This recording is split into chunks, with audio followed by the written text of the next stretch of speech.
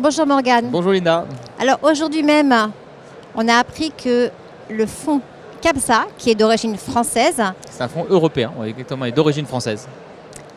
donc un fonds d'origine européenne, mais basé à Paris, Voilà. investissait dans Orchestra, enfin plus Dans exactement Travelsoft, dans Travelsoft, Dans le qui est la groupe maison Travelsoft, mère la maison mère de Orchestra, d'Orchestra. de Travel Compositor en Espagne, de Trafix en Allemagne. Voilà, très bien résumé. Donc c'est une participation minoritaire. Ouais. Peut-on en savoir un peu plus sur le montant de l'investissement? Oui, c'est une opération qui vise à, de manière régulière, alors Travelsoft a fait plusieurs opérations de capital tous les 3 ou 4 ans depuis quelques années, depuis une dizaine d'années. Donc cette opération vient naturellement déboucler l'opération précédente que Travelsoft avait réalisée avec le fonds Actomeds. L'opération qui est visée aujourd'hui, c'est l'entrée en minoritaire d'un fonds CABSA qui va permettre à l'entreprise de continuer sa stratégie de croissance externe. Donc c'est principalement des moyens pour renforcer la stratégie d'acquisition de Travelsoft à l'échelle mondiale. Très bien. Et quel est le montant? Vous me parlez de quelques dizaines de Et millions d'euros. en fait, c'est l'investissement qui permet d'acheter des cibles qui valent plusieurs dizaines de millions d'euros. Voilà. Donc on va utiliser d'autres moyens de financement pour financer ces opérations, mais on est sur globalement ce qui permet d'acheter des boîtes qui valent plusieurs dizaines de millions d'euros. Et donc l'investissement, lui, de CABSA dans Travelsoft, il se monte à combien? Je ne donnerai pas de chiffre exact, mais c'est l'investissement qui permet de réaliser des opérations de plusieurs dizaines de millions d'euros. Donc ça veut dire plusieurs dizaines de millions d'euros. D'accord, très bien. En termes de couverture géographique, on l'a dit, Travelsoft est aujourd'hui implanté en France, en Allemagne et en Espagne. D'après vous, quels sont les marchés prioritaires sur lesquels Christian Sabag, le patron de Travelsoft, devrait investir? Alors déjà, il faut qu'il continue à investir sur les pays dans lesquels il est présent. Donc la France, l'Allemagne, l'Espagne et l'Italie, puisque Travel Compositor bénéficie aussi d'une belle position en Italie. Ce sont des marchés d'avenir, de croissance. Donc il va continuer à investir dans ces territoires. Après, pour avoir une couverture totalement mondiale et globale, qui est un peu l'objectif de Travelsoft, il faut qu'il arrive à pénétrer le marché anglo-saxon. Donc le marché anglo-saxon commencera probablement par le Royaume-Uni, avant de s'autoriser à aller regarder de l'autre côté de l'Atlantique. Donc je pense que un des premiers axes prioritaires qu'il a en tête, c'est l'expansion dans les pays anglophones, anglo-saxons anglophones. Voilà. Ensuite, il y a l'Allemagne, sur lequel sa position concurrentielle pourrait être renforcée.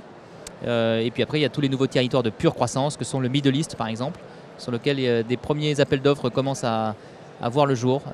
Beaucoup de monde parle de l'émergence du tourisme, notamment en Arabie Saoudite. Pour pouvoir prétendre à répondre à ces appels d'offres, il faut avoir une présence très globale et il est en train d'y arriver. Donc le Brexit n'est pas un frein à un plan d'expansion au Royaume-Uni? Non, le Brexit n'est pas un frein à faire du business entre l'Europe et le Royaume-Uni. Il y a quelques tracas administratifs, mais disons sur la vision stratégique, il n'y a pas de problème majeur. Ce n'est pas non plus des problèmes majeurs pour les touristes. Le tourisme n'a pas été freiné particulièrement par le Brexit. Alors vous êtes un observateur éclairé de tout ce qui se passe en Europe ainsi qu'à l'international.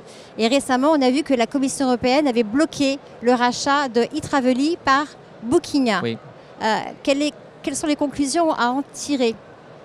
Eh bien, c'est vrai que c'est un sujet qui a fait pas mal jaser, notamment aux États-Unis, qui n'ont pas l'habitude de se faire imposer des restrictions que eux imposent par ailleurs au reste du monde. Quand on veut acheter une entreprise aux États-Unis, on est souvent scruté par l'antitrust.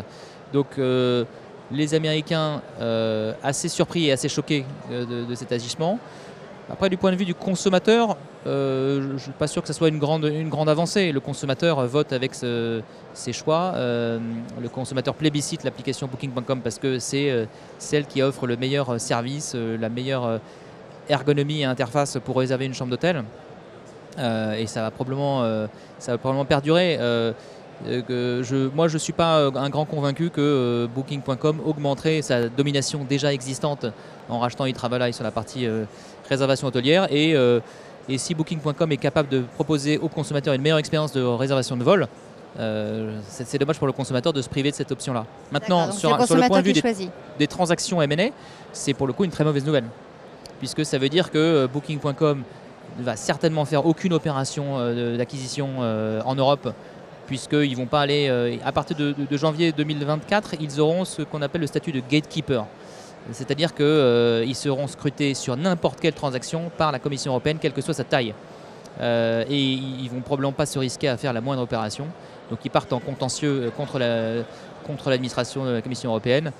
Pendant ce temps-là, Booking.com et le groupe Booking Holdings ne fera aucune opération d'envergure en Europe, y compris de petites opérations. Donc ça, c'est plutôt une mauvaise nouvelle pour tous ceux qui espéraient qu'un jour Booking.com les rachète. Et il n'est pas impossible qu'Expedia, TripAdvisor, les grandes entreprises américaines du voyage leur emboîtent le poids. D'accord. Vous me disiez qu'en Europe, comme dans le reste du monde, il y a eu quand même assez peu de transactions. Je parle de levée de fonds ou de mouvements de consolidation importants en 2023. Comment peut-on l'expliquer? Alors il y avait quand même beaucoup d'attentisme de la part des investisseurs et des acheteurs sur la physionomie de l'année 2023. Personne ne s'attendait à ce que ça soit une année aussi exceptionnelle en termes de volume d'affaires, de volume de voyages. Beaucoup de résilience en fait. Beaucoup de résilience, beaucoup plus que ce qu'on imaginait. Du coup, les investisseurs ne s'y étaient pas préparés et étaient encore, pour la plupart, marqués par l'arrêt brutal du monde du tourisme en mars 2020. Donc, ils n'ont pas donné beaucoup de crédit aux opérations, sauf quelques-uns qui ont considéré à juste titre que c'était justement le moment d'investir. Et donc, on a eu des transactions qui se sont débouclées. Travelsoft est une illustration, mais on a eu également, dans cette année, on a eu Sequoia Soft, on a eu WizEvent, on a eu Camping Paradis, donc c'est des opérations sur lesquelles nous on était intervenus. On a eu la fusion de Yescapa à GoBuddy et on a plusieurs opérations dans le pipe en ce moment qui confirment que pour les investisseurs et les acheteurs qui se sont fait une conviction sur la résilience long terme du voyage, eh bien, il y a des opportunités d'achat et d'investissement tous les jours. D'accord, très bien. Un dernier point peut-être sur le marché américain et Certares. Oui. D'après vous, comment va évoluer la stratégie de Certares, notamment en Europe? Certares est un investisseur très averti dans le domaine du tourisme, donc il regarde beaucoup de dossiers en ce moment. C'est des gens qui essayent de mettre beaucoup d'argent au travail, donc ils ne s'intéressent qu'à de gros actifs. Donc il faudra garder un œil sur leur mouvement, mais Certares ne se mettra pas sur des petites opérations, ne regardera que des opérations en plusieurs centaines de millions d'euros de valeur. Donc, très bien. Merci beaucoup, Morgane. Merci Linda.